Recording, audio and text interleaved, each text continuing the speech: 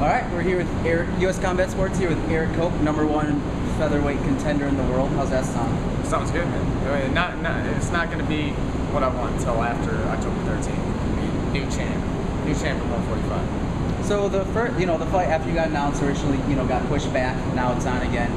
Was there ever any doubt that the fight could have went off for you? Was there ever any worry there? Or? Not really. I mean, I knew through my management just that I was going to keep the fight.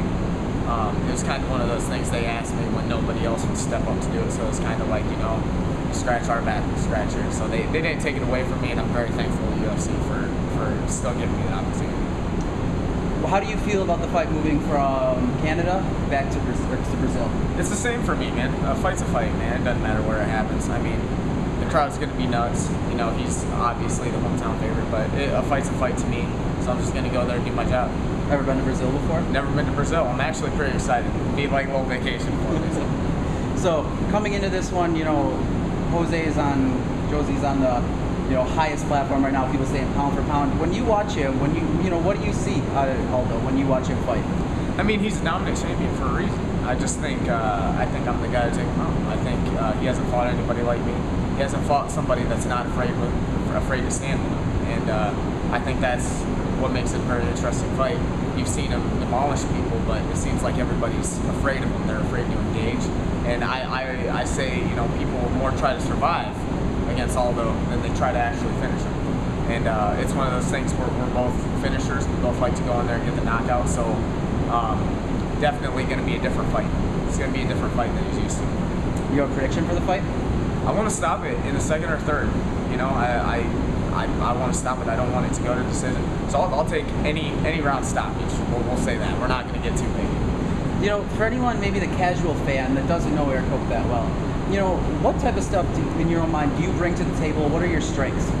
I'm strong everywhere. A lot of people don't know I've been in this game since I was 10 years old as a little kid, So people think I'm young and, I still need a little more experience. I'm going to gain that experience, but I've been doing this since, like I said, I was 10 years old. I've been doing it for a long time, so it's my time. I'm ready to get in there, and I'm ready to become champ. This is what I've been working my entire life for.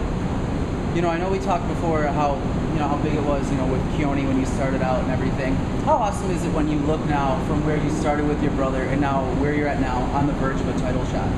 It's awesome, man. I was just home with him, and he actually just moved into a bigger gym, and he's still got the ball rolling there. He's still trying to make the gym bigger and better. And it's just crazy going back to when we did the UFC countdown show, going back to the basement we started in.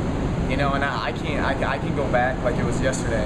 I remember I was 13, 14 after high school. I go train in my brother's basement to now training in this awesome huge gym at Roufusport, fighting for a title. It's crazy, man. It's surreal. It really is. Watching you guys, Roufusport seems like a family. Is that what it is here? Definitely. That's one of our strongest things. Even when people don't have fights coming up, everybody's in the gym, everybody's pushing each other, everybody's here to help. So that's our biggest thing. You see it in a lot of other gyms, especially in Vegas and California. There's so many guys that fight in the UFC there. People think, oh, that's a good place to train. Well, it's saturated. One guy may be fighting one guy, so they stay away. They hire different coaches, and they're kind of all over. They're sporadic. They don't have that family feel or that chemistry, and that's something we do. All of our fighters care about each other, and we all want to win as a whole. We're not only worried about our fights. I'm worried about Biggie's fight too. I want him to succeed, so we're going to push him and make sure that he does that. One interesting thing that I've noticed is, you came here, before your fight with Jamil, and then, now Biggie's here, Rick Glenn's here. As the guys in Iowa, is Roufusport, you guys know about it? People just want to come over here and train. Did you help start that?